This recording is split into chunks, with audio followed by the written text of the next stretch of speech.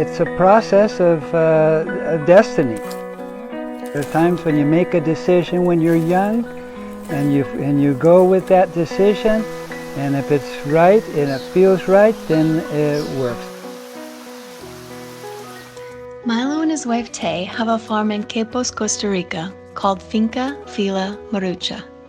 Fila Marucha is over 200 acres, 30 of which was pasture when they first got here, and is where Milo dedicated his life to create analog forests and to cultivate as many forest products such as spices, essential oils, and vanilla.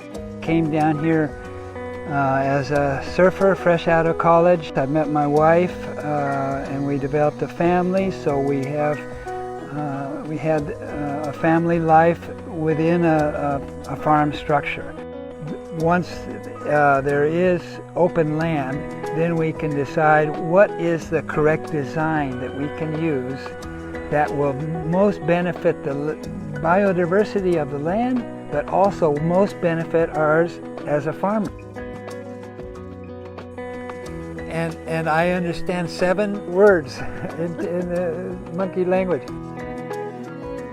I didn't understand about analog forestry until about 1992 when I met Dr. Ranil Sananayaki, who was the founder of the concept of analog forestry, how we can replicate nature in our designs. When we understand how nature creates forests, we can model that with productive species to produce food sustainably with minimum inputs, without agrochemicals, and with maximum outputs.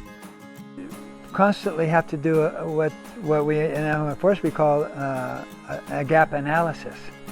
So if you make a gap analysis, then I say, what happened? I don't have any fruits. What's the deal? They're all being shaded out, or so you have to make a concerted effort to replant.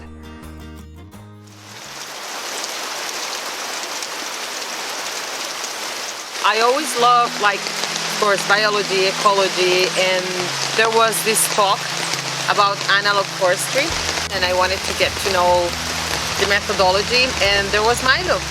And it was incredibly inspiring. I didn't understand everything at the beginning, but after hearing him explaining what he had done with this place and how it worked and how he had this amazing forest of almost 40 years, like combining objectives of conservation and at the same time producing food in a very sustainable or regenerative way for people too. And that was really important for me because biology doesn't necessarily teach you that, and it's obviously we need that in the world.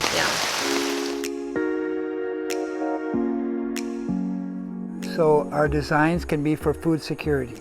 So in other words, when we were first starting out, that process of how do you get a crop all the way into harvest and all of that, well, if you diversify your crops, then you're always going to have something come online and coming into harvest or something, whether it be from 3 months to the next 5 years, you can be constantly harvesting something. It's important in what we're doing is that the understory of a forest can produce something. So in this case, we can do 2 or 3 understory vegetative covers, and one of which will be producing something for us. But this is for essential oils. And this is called patchouli, or patchouli, Pogostenum cabling. Well, the best way to do it is just this top, just to cut the top off. This is where the most of the oil is. It harvested once a day. One man in 4 hours can produce 15 kilos, but it takes me 3 weeks to dry this to where I can distill it in the distillery.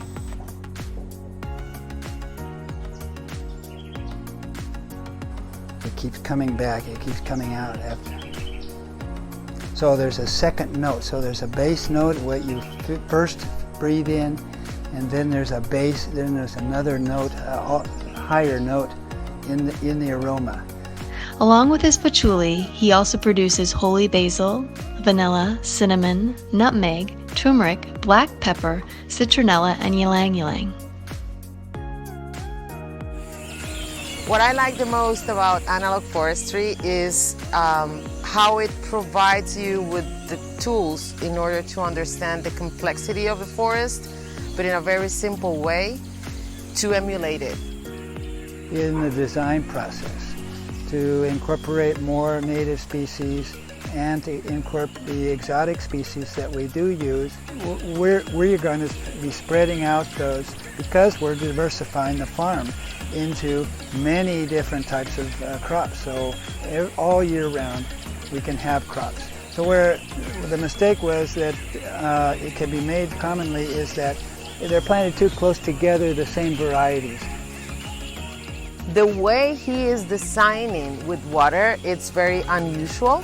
At least for Costa Rica, I've never seen something like this. So he can already manage water in this way.